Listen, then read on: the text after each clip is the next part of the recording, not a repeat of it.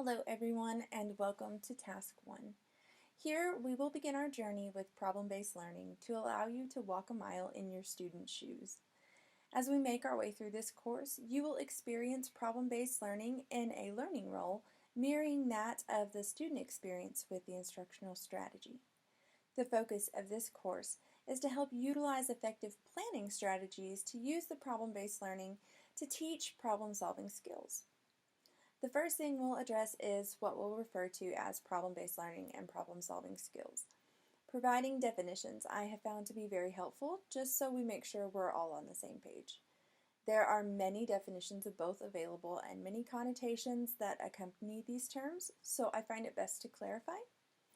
We'll use the definition from the Merriam-Webster Dictionary that states the meaning of problem-solving skills to simply be the process or act of finding a solution to a problem. Sounds simple, right? In this course, we're going to revise our traditional way of thinking about what the problem-solving process entails. Generally, problem-solving is taught in a highly regulated and linear way.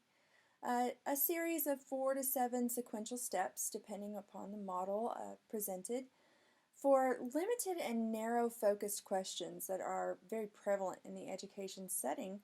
This process may work well, and I'm sure that you and your students are accustomed to this regimented process. However, problem-based learning is founded on the use of authentic and ill-defined problems. These questions don't have definitive answers.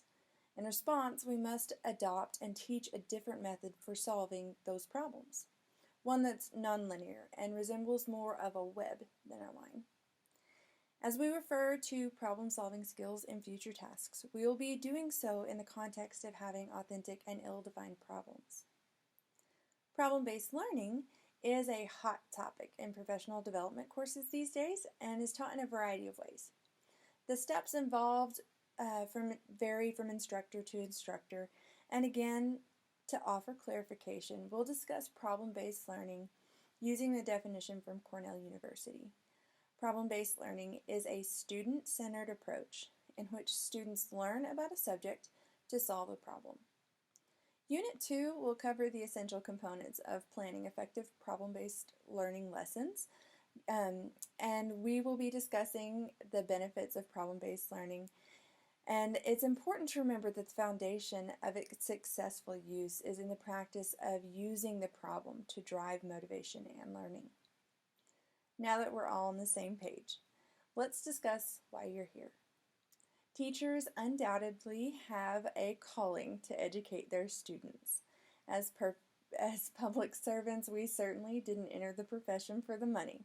But there is a critical problem facing our students that could ultimately decrease their chances for success when they enter the workforce. According to one study, 1,500 education experts from 149 countries expressed great dissatisfaction with the job primary schools, high schools, and even higher education institutions around the world are doing in educating students and preparing them for the 20th century workplace. Now, if you're like me, your initial reaction might be, yeah, but that's worldwide. I'm sure that American student statistics are much better than that. What we have to understand, however, is that the workplace has globalized, and it's not uncommon that our students will interact and be employed by people and companies that are foreign or have a foreign component. With the advancement of technology, country borders are becoming less tangible as the whole globe interacts on a daily basis. And we have to prepare our students for this work experience in order for them to reach their full potential. Another critical failure plaguing the American education system is found in the practice of teaching a broad range of content with limited depth and focusing on the cognitive functions of recall and application only to familiar scenarios. This issue was born from the teach to the test mentality that has been prioritized by policy and administration because, let's face it, no one wants an underperforming school.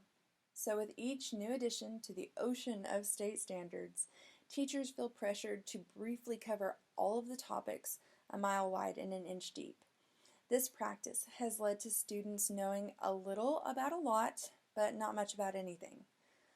Problem-based learning will require throwing out that mentality and teaching practices so that our students deeply engage in discovery of certain topics and the development of the skills they will need for future success. Lastly, we're here to discuss the best planning practices of using problem-based learning to teach problem-solving skills. Although we have all probably been instructed to include higher order thinking questions in our classes, studies have shown that even in high-performing schools, according to state standardized testing reports that offered their students challenging and rigorous instruction, that most instructional experiences continue to be confined to the two lower cognitive skills. Throughout this course, we will address how to plan for the inclusion of higher order thinking skills to help you develop your students' much needed skills in problem solving. This school district is taking an initiative to ensure that students graduating are better prepared for success after graduation. The new initiative seeks to enhance students' problem-solving abilities by effective problem-based learning in the classroom. With the incredible need for change that we've discussed earlier, research has shown us that the best way to address concerns about student skill development is problem-based learning. Many of us have a theoretical knowledge of what the learning strategy entails and that it could or should benefit our students. However, if used properly, the benefits of this instructional strategy offers are mind-blowing. Consistent positive correlations with its use and increased analytical thinking skills, enhanced acquisition of higher order thinking skills are present across all socioeconomic, cultural, and special population groups. This is about as close as it comes in education to a one-size-fits-all instructional strategy. Rarely do we find something that benefits such a wide and inclusive range of students. But as with any instructional strategy, there are barriers that have prevented it from being as successful as it promises to be. The first thing being that it's difficult, if not downright impossible, to evaluate metacognitive growth using traditional assessment methods. You cannot grade your students' thought processes on a multiple choice test. As curriculum provides and relies heavily on traditional testing methods, the development of the thought processes a student uses are not evaluated at all. Problem-based learning is formatted to give students a chance to show us what's going on in their minds. What got them to their answer? What questions did they ask? How did they decide on a course of action? How do they justify their conclusion? And is far less concerned with if they can reproduce the right answer.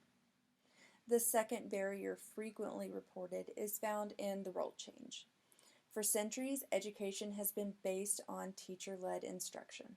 Students come in, sit down, the teacher is placed at the front of the room, and feeds students the information that they are going to be asked to regurgitate on a subsequent exam. Problem-based learning removes the teacher from being the keeper of knowledge to merely a facilitator that gently guides and encourages students to take charge. The learning environment shifts to become student-led. This change is hard. It is hard for teachers and it is hard for students. Not answering a student's question is very counterintuitive for us and can be very frustrating for our students as they are used to the teacher being the subject matter expert. When the difficulties and frustrations arise, it frequently initiates the abandonment of problem-based learning and a reversion back to traditional lecture-based teaching methods. To compound the barriers that we discussed, there are multiple misconceptions found in teacher attitudes and knowledge of problem-based learning. The first is that you cannot use this instructional strategy to teach skills without neglecting to adequately teach your content. However, researcher Lee discovered that instructors do not have to sacrifice content knowledge, as critics have often implied, with adopting a problem-based learning strategy. Problem-based learning was found to be as effective as lecture-based instruction for content acquisition, but that students exposed to problem-based learning realized the added benefit of improved critical thinking and problem-solving skills, where students in only lecture-based instruction demonstrated no change in these skills. The second misconception is that the learning environment is too unstructured. Sometimes teachers feel that if the course is student-led, that frequent opportunities for misbehaviors will arrive, and that the students are not going to be focused on learning as well as if the teacher is in charge. By changing roles to becoming a facilitator, we are not handing over all decisions and control of the classroom environment to students. We are still required to manage misbehaviors and redirect students to the task at hand. Certainly, we are giving students latitude in how they interact with the content, but that does not mean that the teacher becomes a passive babysitter. It simply means that the way we encourage our students to interact with the content is different. Another common misconception is that planning a problem-based learning lesson takes an unreasonable amount of time and that it simply cannot be done in a single class period. Although at first, learning to plan a different way will most likely increase the time spent planning lessons, it is no different than when you first learned to create lesson plans while in college. Do you remember those 10-page lesson plans where you detailed every word, breath, and move out? Everything was documented, and you might spend 2 hours working on a single lesson plan. Now think of your current practices.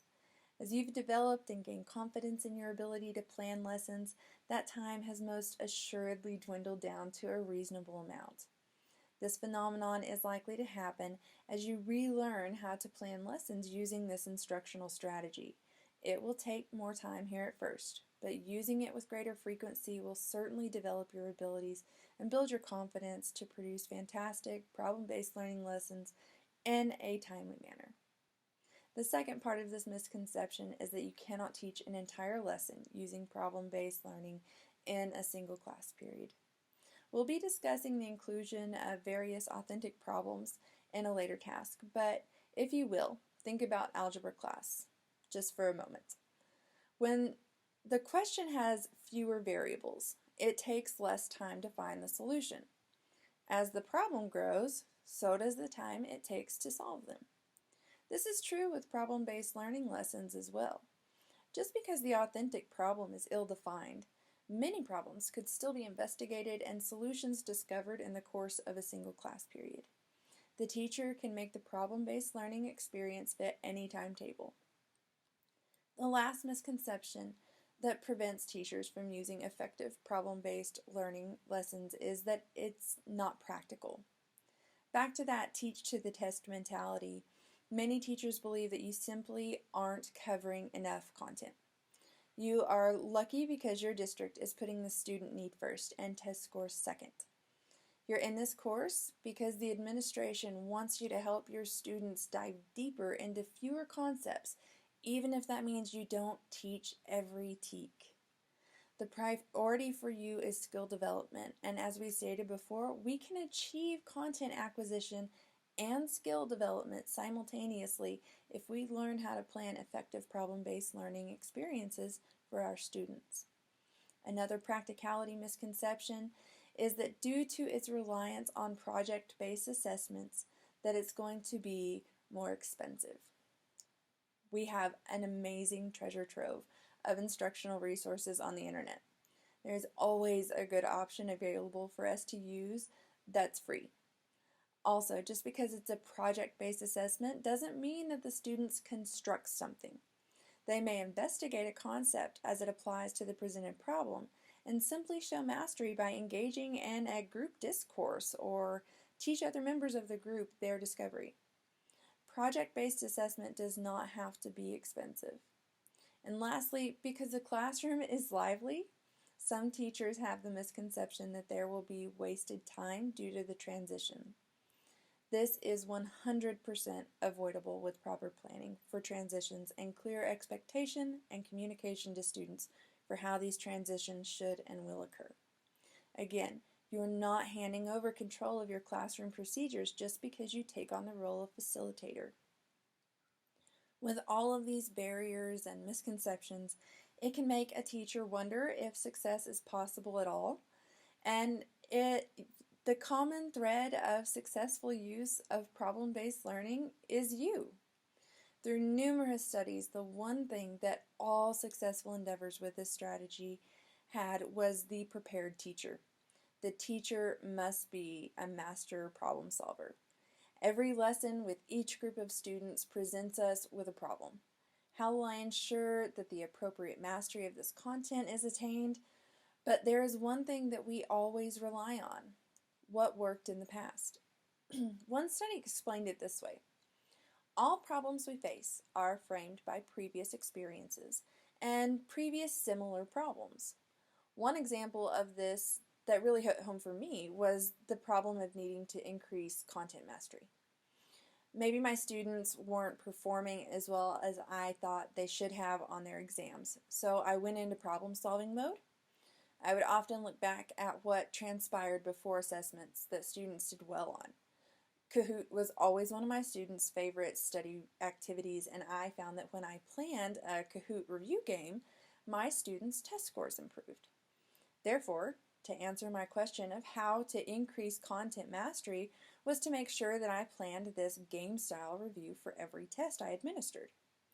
By using this mental model, my teaching and planning practices became so repetitive and standard and predictable, even to the point that if I didn't plan a game-style review, my students were shocked.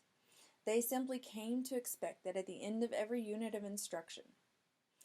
Because we generally use solutions that have worked in similar situations in the past, it's not difficult to conceive that teachers' experiences during their own schooling years would contribute to the formulation of mental models about the nature of teaching and learning.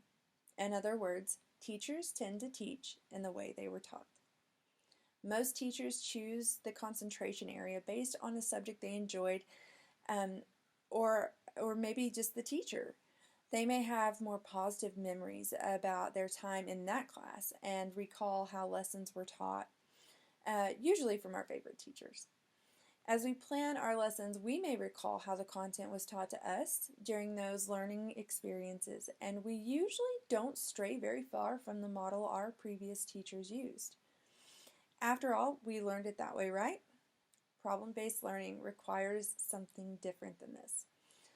Unquestioning adoption of the teaching methods we were experienced to as learners. It calls for our solutions to the problem of teaching students content and skills to be novel and original, prescriptive and innovative. In order to readily possess those lesson planning qualities, it's imperative to give teachers an opportunity to become the student again and experience problem-based learning so that you may draw upon your previous experiences just as you tend to do with your current planning and teaching practices. A learning experience is the foundation of bridging the divide between a theoretical understanding and actionable practice with problem-based learning. Researcher Barbara Levin conducted a study that concluded that class members in a pre-service teacher training program, or college, consistently reported that a real experience with problem-based learning as a learner helped them move to a deeper, more personal understanding of the strategy. And that is the purpose of this course, to give you, licensed teachers, first-hand learning experience with problem-based learning, to enhance your ability to utilize the instructional strategy effectively in your own lesson planning, and to elevate your students' problem-solving skills. Thank you, and happy planning.